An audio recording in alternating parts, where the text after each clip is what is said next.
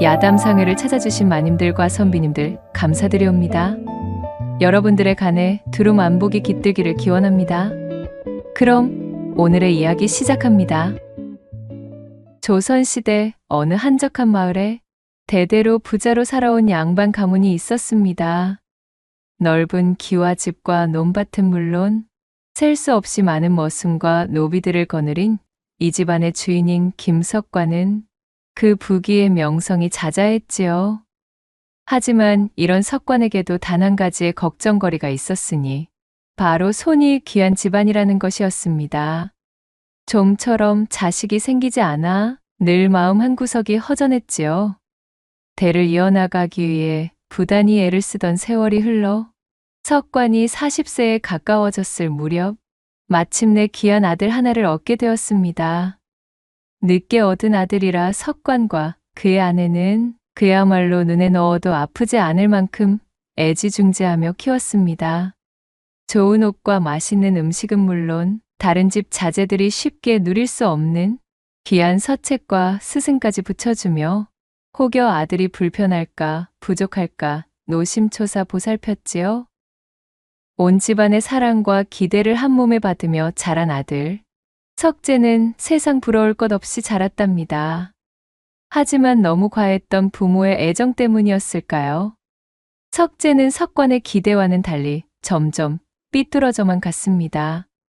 어릴 때는 귀여운 응석으로 여겼던 버릇없음은 커갈수록 그 도를 넘어섰지요.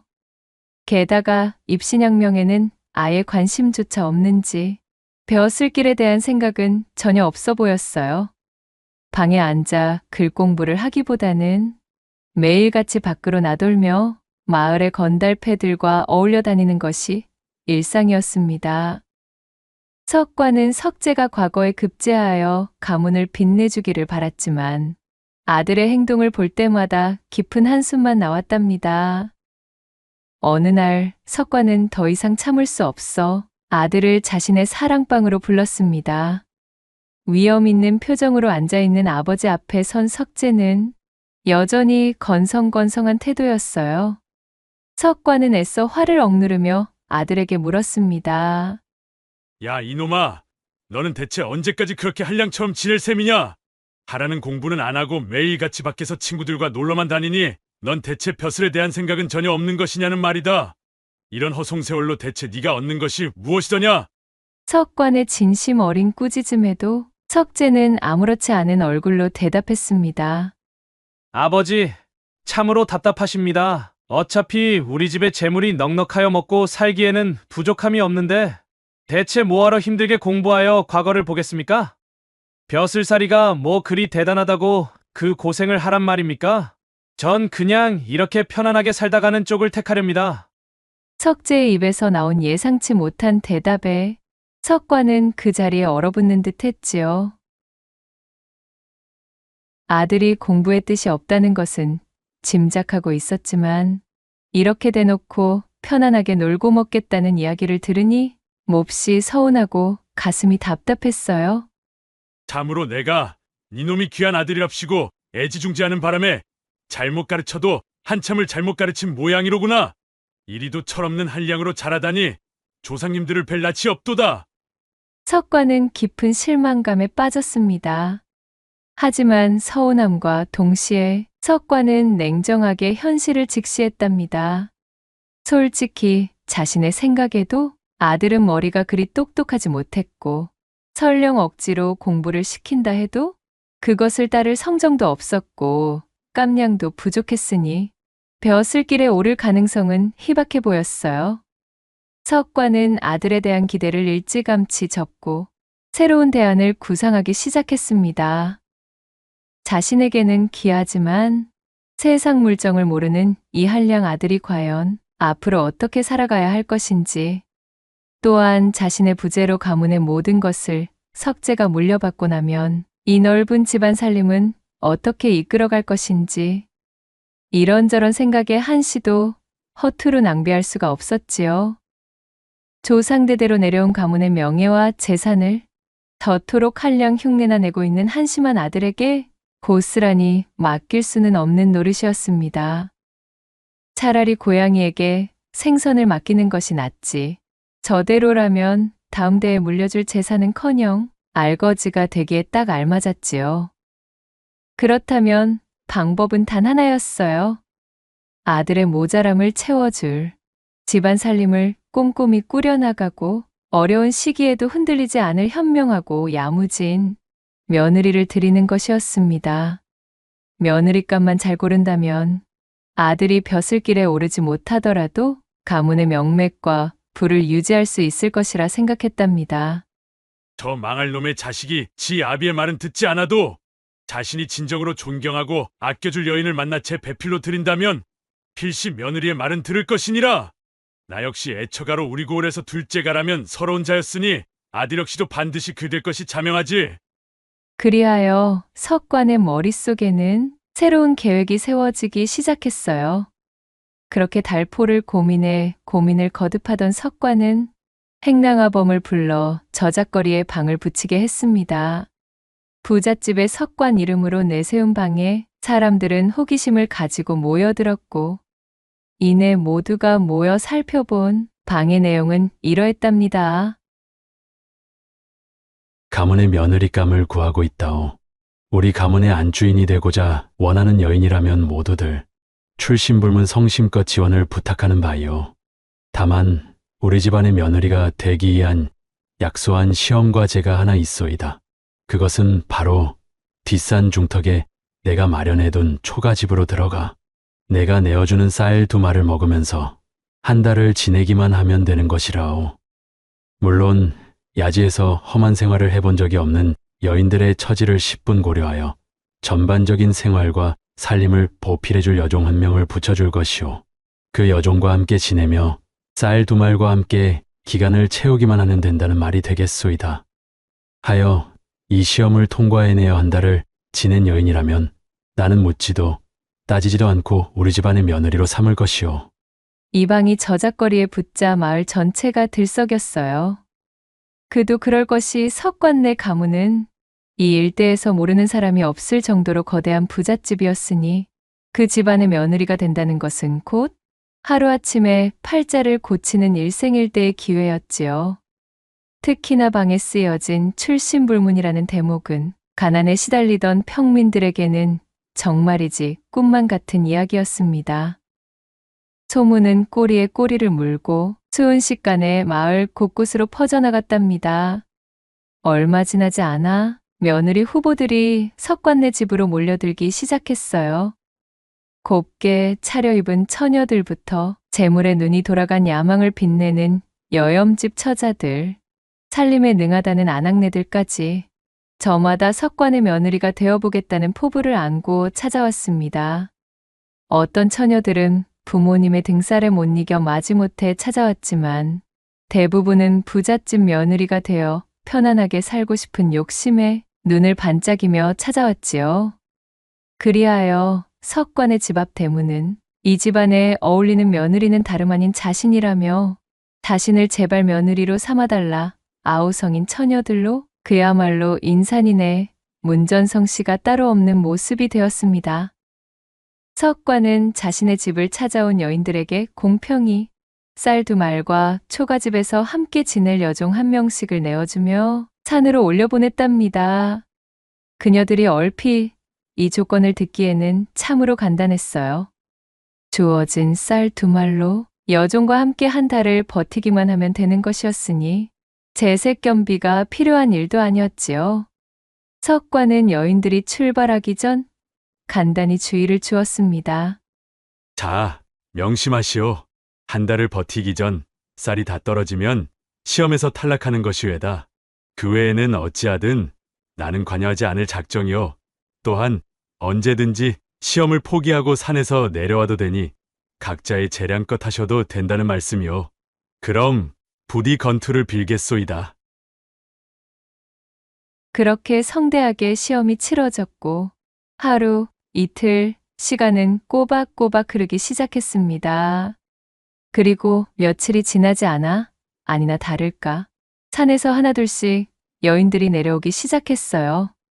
그녀들의 얼굴에는 실망과 지친 기색이 역력했답니다. 아이고, 세상에 맙소사.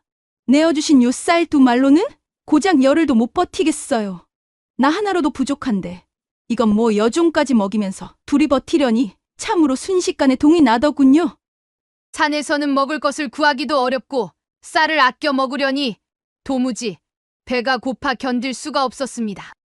여인들은 저마다 쌀이 부족하다, 배가 고프다, 힘들어 못 버티겠다며 하소연을 늘어놓았습니다. 석관은 그들의 이야기를 들으며 실망감을 감추지 못했지요. 주어진 쌀로 한 달을 버티는 것은 단순히 굶주림을 참는 인내심만을 시험하는 것이 아니었어요. 그것은 곧 최소한의 자원으로 최대한의 효과를 내는 살림 능력과 부족한 상황 속에서도 다른 방법을 찾아내고 어려움을 극복하는 생활력을 시험하려는 속내를 가진 것이었습니다. 그렇게 날이 갈수록 산에서 하나둘씩 시험을 포기하고 내려오는 여인들의 수는 늘어났답니다. 그들의 얼굴에는 처음 찾아왔을 때의 기대감은 온데간데 없고 굶주림과 지침, 그리고 분함과 실망감이 가득했어요. 어떤 여인은 쌀을 아낀다고 하루에 한 숟갈만 먹다가 기운이 빠져내려왔고, 어떤 여인은 여종에게 밥을 적게 주다가 여종이 도망쳐 혼자 남게 되어 내려왔지요. 대부분의 여인들은 쌀을 어떻게 아껴 써야 할지, 혹은 쌀이 부족할 때 어떻게 다른 먹을거리를 구해야 할지 전혀 알지 못했습니다. 그저 주어진 쌀만 바라보며 하루하루를 버티려 했을 뿐이었어요. 며칠이 더 지나자 이제는 거의 아무도 산에 남아있지 않았답니다. 찾아온 수많은 여인들 중에서 한 달의 절반인 보름을 넘긴 사람도 손에 꼽을 정도였고, 가장 오래 버틴 사람도 겨우 20일을 채우지 못하고 내려왔지요.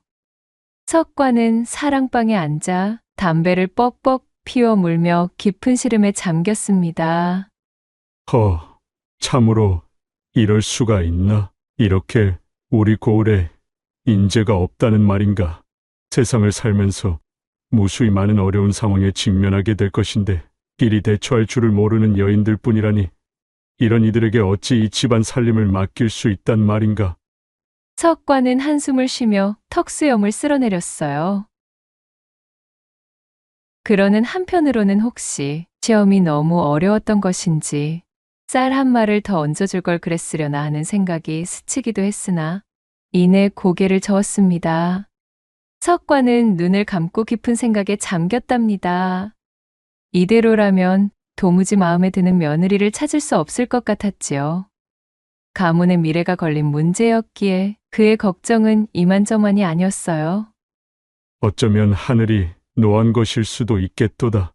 못난 아들의 운명을 며느리를 통해서 날로 먹으려 한 것이 아닐까? 다시 생각해보면 애초에 저리 부족한 놈의 배필로 총명한 여인을 찾는다는 것 자체가 어불성설일지도 모를 일이겠구나. 그렇게 시름이 깊어가고 슬슬 석관도 지쳐가던 바로 그때였습니다. 마당 쪽에서 조심스럽지만 단단한 발걸음 소리가 들려왔습니다. 석관은 기대 없이 눈을 떴어요. 그리고 그 순간 그는 평범해 보이지만 어딘가 반짝이는 눈빛을 가진 한 처녀가 서 있는 것을 보게 되었답니다. 그녀의 옷차림은 수수했지만 자세는 곧고 표정에는 당당함이 서려 있었지요. 처녀의 앳된 얼굴에는 다른 여인들처럼 노골적인 야심의 흔적이나 한몫 잡기 위해 표독스럽게 콧김을 뿜어대는 기색이 전혀 보이지 않았습니다. 오히려 약간의 나른함 속에서 숨어있는 묘한 활기와 총명함이 느껴졌지요. 자네는 이 고을 사람이 아니신가? 어쩐지 생경한 기운이 드는 것이 외지에서 걸음한 분 같구만 그려. 석관은 그녀에게 풍기는 낯선 느낌에 그리 물었습니다.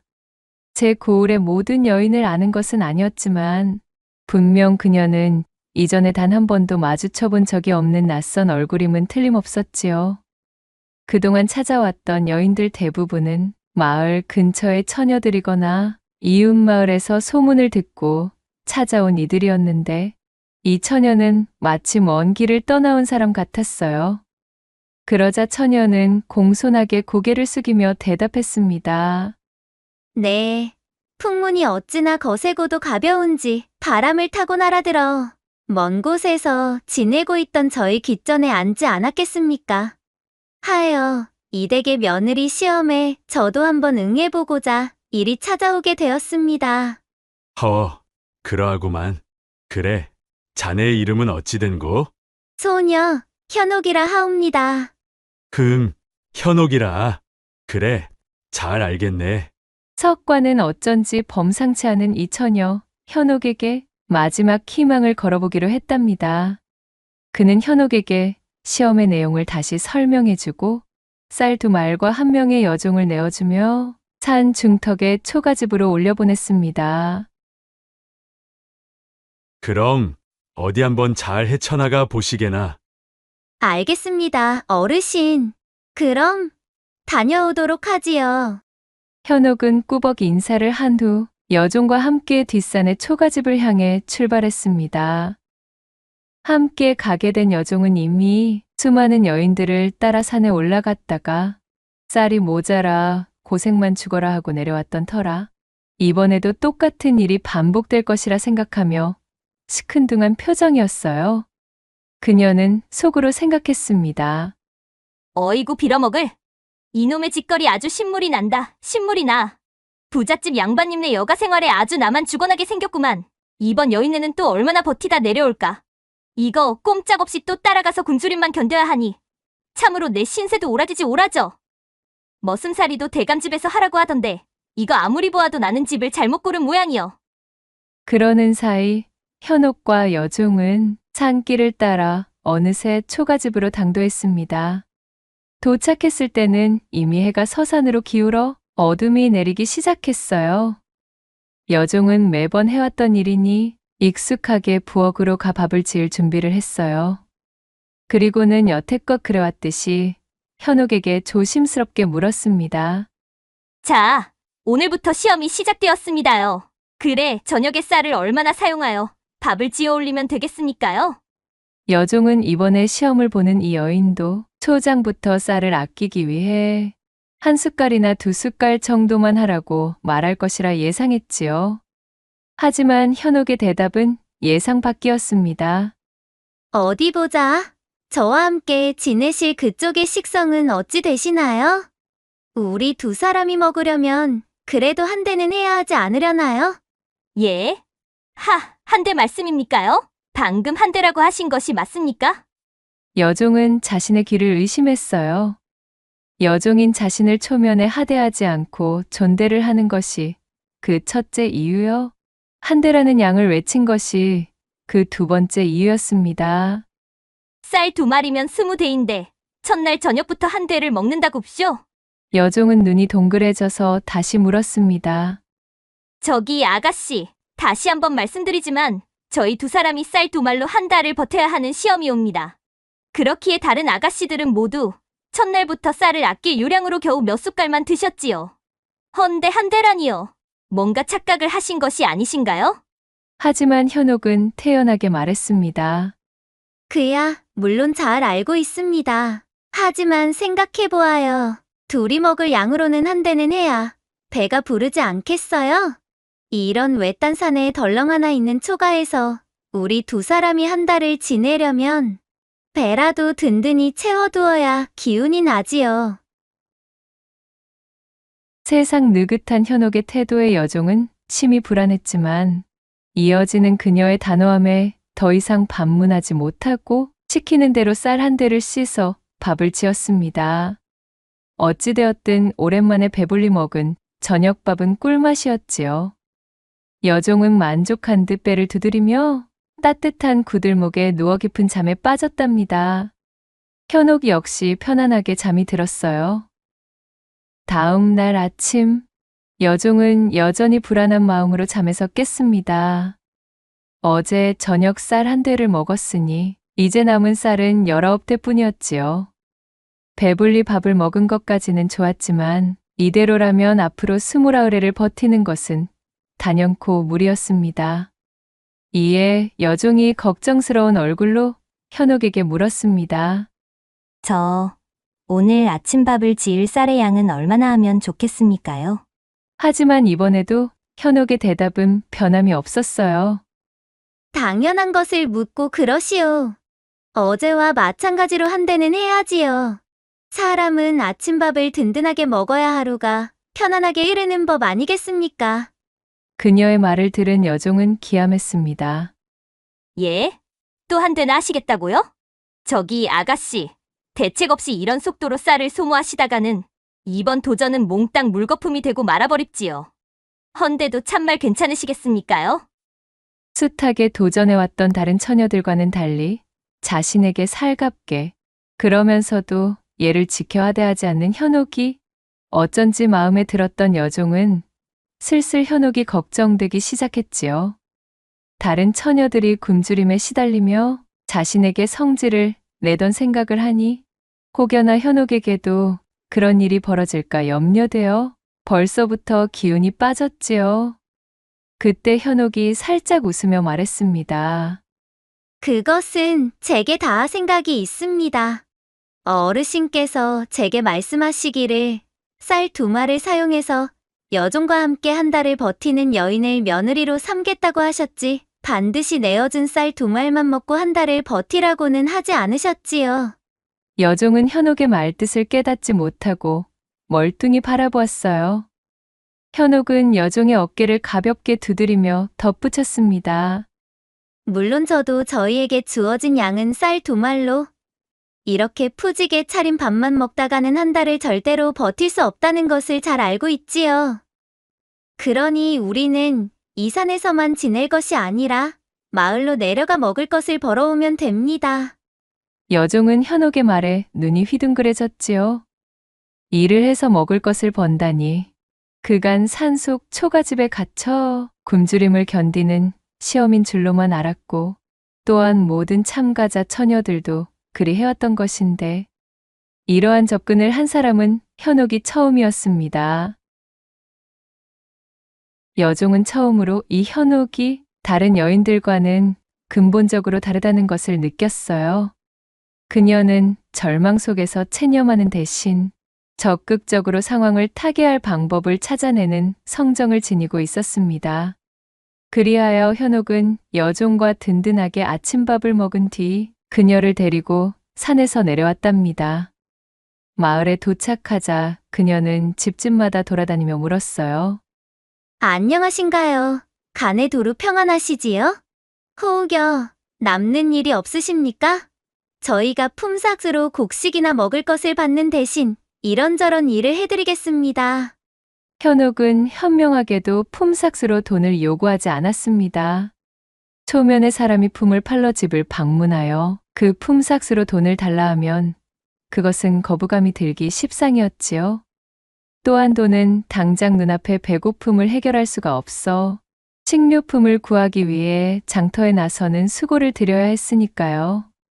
그와는 달리 품삯으로 곡식이나 채소 혹은 음식을 받게 된다면 품삯을 주는 입장에서도 거부감이 덜했고 또한 그것들은 바로 식량으로 사용할 수 있었기에 시험 과제인 한 달을 버티는 것에 직접적으로 도움이 되었습니다. 현옥의 싹싹하고 진심 어린 태도는 사람들의 호감을 사게 되었고 그렇게 첫 번째 방문한 집에서 간단한 일감을 얻은 현옥과 여종은 맡은 일을 성심성의껏 열심히 처리해 주었습니다. 그간 숱한 외지의 처녀들이 산속의 초가집으로 들어섰다가 반송장이 된 몰골로 내려오던 진기한 장면을 구경해왔던 사람들은 이번엔 뭔가 달라도 한참 다른 참가자인 현옥을 매우 신기하게 여겼지요. 덕분에 입소문을 타고 현옥에게 일을 맡겨보려는 사람들이 줄을 이었습니다. 어떤 집에서는 밭일을 도와달라 했고 어떤 집에서는 가벼운 장작을 옮겨달라 했으며 어떤 집에서는 마을의 개울에서 물을 길어달라 했어요. 현옥은 힘든 일도 마다하지 않고 씩씩하게 일했답니다. 자신이 뒤치다꺼리를 해주어야 할 현옥이 그리 솔선수범을 하고 있으니 여종 역시도 게으름을 부릴 수가 없었지요. 품삯으로 하루는 고구마를 얻었고 다음 날은 감자를 얻었습니다. 그 다음 날은 옥수수나 배추, 무 같은 채소를 얻기도 했지요. 때로는 집집마다 남는 쌀이나 보리, 조 같은 곡식을 조금씩 얻기도 했어요. 현옥은 그렇게 매일 마을에서 일을 하고 먹을 것을 얻어 산 위 초가집으로 돌아왔습니다. 여종은 현옥의 행동을 보며 매일 놀라움의 연속이었어요. 다른 여인들과 함께 있을 때는 쌀 2말로는 턱없이 부족하다며 금방 포기했는데 이 똑 부러지는 처녀는 달랐지요. 주어진 쌀을 아끼기만 하는 수동적인 자세가 아니라 스스로 밖으로 나가 필요한 것을 벌어오는 능동적인 자세는 여종 생활에 이골이 난 자신조차도 경험하지 못했던 부지런함이었어요. 사정이 일이 되니 매일 아침 저녁으로 밥을 배불리 먹으면서도 쌀은 거의 줄지 않았고 오히려 마을에서 얻어온 다양한 먹을거리로 식탁이 풍성해졌답니다. 여종은 처음에 시큰둥한 태도를 버리고 현옥의 야무지고 강인한 생활력에 진심으로 감탄했어요. 아가씨, 그간 이 시험을 도전하는 처자들이랑 지내면서 배만 쫄쫄 굶고 배고픔에 지친 그녀들의 모진 성질머리나 감당하며 지냈는데 일이 풍성하게 끼니를 해결해보는 것은 참말로 처음입니다요. 이건 뭐 본디 어르신 댁에서 지내며 일할 때보다도 더 진수성찬이구만요. 아가씨라면 주인마님 댁 살림을 거뜬히 꾸려나갈 며느리감으로 적격이라 이 말씀입니다요. 그렇게 현옥과 여종은 서로 땀 흘려 일하며 부대낀 탓에 애틋한 정까지 두둑이 쌓였습니다. 두 사람은 이후로도 마을에 내려가 부지런히 일을 하며 너끈히 한 달을 버텨냈어요. 초가집에 처음 가져갔던 쌀 2말은 거의 그대로 남아 있었지요. 자, 이제 우리 내려가요. 그간 내 뒤치다꺼리를 해주느라 너무 고생이 많았어요. 예, 아가씨. 참으로 한 달 동안 고생 많으셨습니다요. 저는 그동안은 제 여종 팔자를 투덜거리면서 그저 얼른 시간이 지나갔으면 좋겠구나 라는 생각만 하고 살았지. 아가씨처럼 일이 능동적으로 생각하고 움직이면 막힌 곳에서도 새로운 샛길이 나온다는 법은 알지 못했구만요. 허니 아가씨랑 같이 지냈던 요 한 달은 저한테는 나름대로 꽤나 쏠쏠한 배움이 있었던 기간입니다요. 그러니 고생만 한 것은 아니어요. 저는 이제 마음속으로는 아가씨께서 주인마님 댁의 며느리가 되셨으면 하는 마음이 간절할 뿐입니다. 한 달이 되던 날, 그들은 산에서 내려와 석관의 집으로 향했습니다. 인기척을 들은 석관이 내다보니 그간 도전자 처녀들에게 응당 들리던 지쳐 쓰러질 듯 힘없는 발소리가 아니었어요. 석관이 의아하여 마당을 바라보았습니다. 그리고 그 순간 그 눈이 휘둥그레졌지요. 마당에는 현옥이 함께 시험에 들어갔던 여종과 같이 서 있었습니다. 먼저 다녀간 다른 여인들처럼 굶주림의 흔적이나 지친 기색이 전혀 보이지 않았어요. 오히려 맑은 눈빛과 똘망한 표정으로 석관을 향해 공손하게 고개를 숙였답니다. 함께 온 여종 역시 이전과는 달리 생기 있는 얼굴로 생글생글 웃고 있는 것이 뭘 잘못 먹었나 싶은 지경이었습니다. 석관은 믿을 수 없다는 표정으로 현옥과 여종을 번갈아 보았습니다. 아니, 자네 진정 한 달을 다 채우고 내려왔다는 말인가? 쌀 2말로 여종과 함께 지내며 한 달을? 다른 처자들이 진작에 내려왔을 기간에도 소식이 없길래 혹여 뭔가 잘못되었나 싶어 사람을 보내려던 참이었다네. 그러자 현옥은 차분한 목소리로 대답했습니다. 예, 어르신. 보시다시피 저희는 한 달을 꼬박 채우고 이리 내려왔습니다. 함께 보내주신 여종과 부대끼며 지내다 보니 어느덧 정이 들어 더욱 즐거웠는걸요? 허허, 이럴 수가. 참으로 믿기 어려운 일이로구나. 허면 그대는 쌀을 얼마나 아껴 먹었기에 그리 버틸 수 있었는가? 석관은 미심쩍은 표정을 풀지 못한 채 물었습니다. 다른 여인들이 쌀을 아끼고 아껴도 열흘 20일조차 못 버텼는데 이 처자는 처음으로 한 달을 채웠으니 놀라울 만도 했지요. 혹시 여종에게 밥을 거의 주지 않고 혼자만 몰래 먹은 것은 아닌가 하는 의심까지 들던 참이었습니다. 석과는 이내 머슴을 시켜 초가집에 남은 쌀을 가져오게 했답니다. 머슴이 초가집에서 가져온 쌀자루를 풀자 석과는 다시 한번 크게 놀랐습니다. 쌀 2말 중 거의 대부분의 쌀이 그대로 남아 있었던 것이지요. 석과는 자신의 눈을 의심하며 여종에게 물었습니다. 아니, 이것이 어찌 된 일이냐? 쌀이 이리도 많이 남아있다니. 혹여 저 처자가 너를 한 달 내내 굶겼느냐? 그러자 여종은 손사래를 치며 화난 얼굴로 대답했습니다. 어이구, 아닙니다, 주인마님. 제가 또 저한테 찝적대는 삼시기에 그 써먹지도 못할 사내구실은 다 참고 살아도 끼니를 굶기는 것만은 또 못 참는 성미 아니겠습니까요? 한 달 내내 저를 굶기면 어찌 되는지는 주인마님께서 더 잘 아시잖습니까? 저희는 오히려 아침 저녁으로 밥을 배 터지게 먹었습지요. 아가씨께서 제게 쌀을 아끼시다니요. 오히려 주인마님 댁 참모보다도 손이 크셨지 뭡니까요? 뭐라?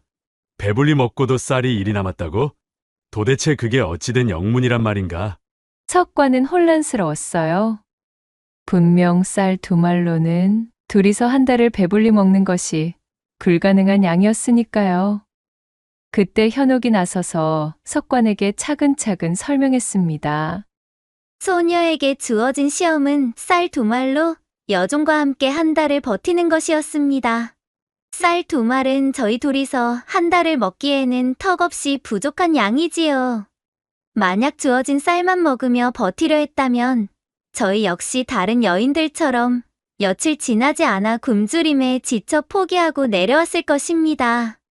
쌀을 아무리 아껴 쓴다 해도 언젠가는 바닥나기 마련이니까요. 현옥은 잠시 숨을 고르고 말을 이었어요. 하지만 어르신께서는 반드시 내어준 쌀 2말만을 사용하여 버티라고는 하지 않으셨습니다. 하여 소녀는 생각했답니다. 맹목적으로 주어진 쌀을 아끼는 것 외에 다른 방법으로도 한 달을 버틸 수 있지 않겠는가 싶었지요.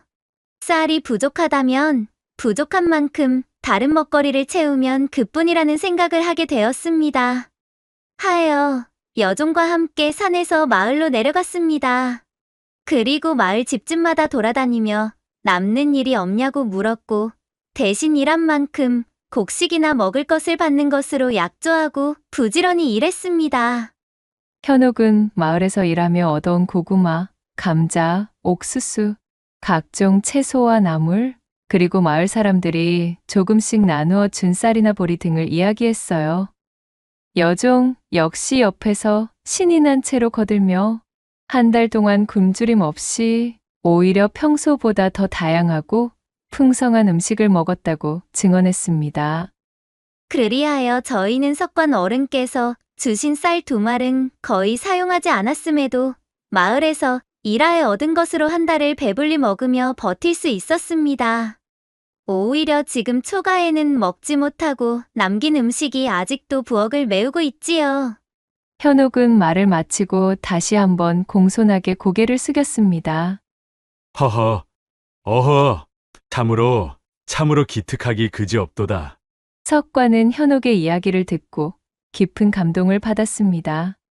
그는 처음에 단순히 쌀을 아껴 쓰는 것을 이용하여 절약 정신이 투철한 며느리를 원했던 것이었습니다.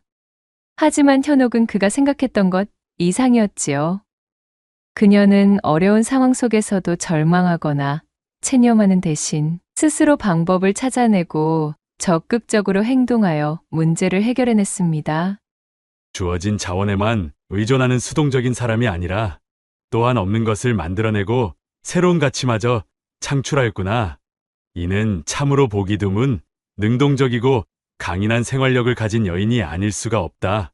그저 단순히 집안의 재물을 아끼는 것보다 어쩌면 훨씬 더 중요한 능력을 가진 귀하디 귀한 처자가 아니던가.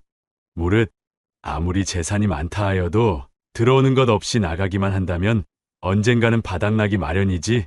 있는 것을 지키는 능력뿐만 아니라 없는 것을 벌어들이는 능력을 갖춰야 곳간이 풍성해짐을 바보 같은 나의 아들은 도저히 알지 못했다네.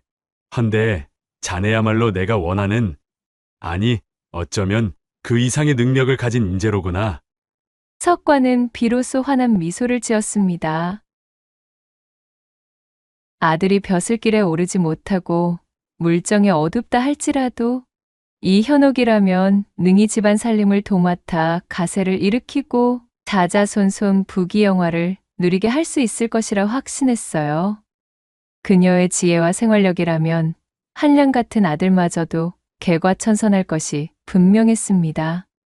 자네가 바로 내가 찾던 며느리감이라네. 자, 어서 우리 집안 사람이 되실 준비를 하시게나. 석관은 기쁜 목소리로 현옥을 칭찬했습니다. 그리고는 즉시 그녀의 집안에 사람을 보내 일사천리의 혼례 준비를 서둘렀지요. 그간 석관의 집안에서 내부친 방에 대해 알고 있던 사람들은 산에서 내려온 현옥이 한 달을 꼬박 버텼다는 소식에 놀랐고 석관이 그녀를 며느리로 삼기로 했다는 소식에 다시 한번 입을 떡 벌렸습니다. 그리고 또한 현옥이 쌀을 아낀 것이 아니라 마을에서 일을 해서 먹고 살았다는 이야기가 전해지자 그 지혜로움과 부지런함에 감탄하며 고개를 끄덕였답니다. 그렇게 똘망한 눈빛의 현옥은 대대로 부자였던 석관 가문의 며느리 자리를 당당히 꿰차게 되었고 그녀는 이후로도 집안 살림을 물샐 틈 없이 관리하며 곳간을 더욱 풍성하게 채웠으며 놀고 먹기 좋아하던 남편인 석재마저 감화시켜 그가 마음을 잡고 글 공부에 매진할 수 있도록 하였으니 시아버지 석관의 입에 걸린 웃음은 내려올 줄을 몰랐습니다. 현옥과 함께 동고동락한 여종 역시 그녀를 자그마님으로 극진히 모시며 집안에는 웃음꽃이 마를 날이 없었다는 후문이 전해지고 있사옵니다. 낭독해드린 이야기가 마음에 드셨다면 구독과 좋아요, 댓글로 야담상회를 응원해 주셔요. 늘 잊지 않고 야담상회를 찾아주시는 마님과 선비님들 시청해 주셔서 참으로 감사하옵니다.